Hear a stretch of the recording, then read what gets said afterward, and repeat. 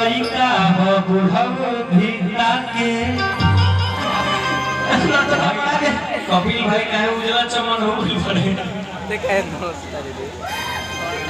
नदिया रे नदिया रे अच्छा बोले कमर पहर दिया रे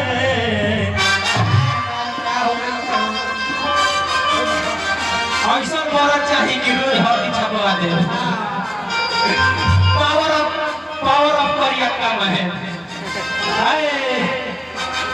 नदिया रे नदिया रे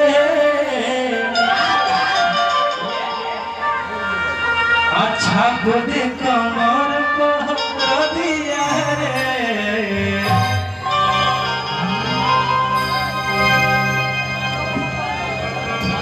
अब तू गई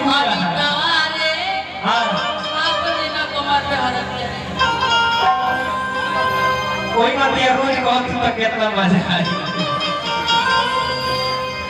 अब छापत है अब जब मौका देले बाड़ू तो छपवाए का कोरी अमिताभ रे अमिताभ रे रे बोला और भी लेके आओ अरे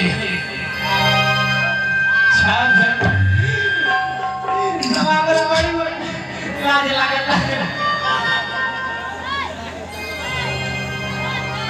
कोई को चुचिया था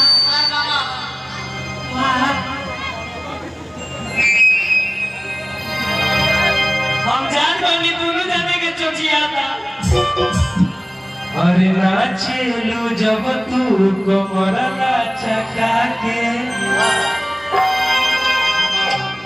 लइका तो लइका बुढ़ऊ भीता के सुना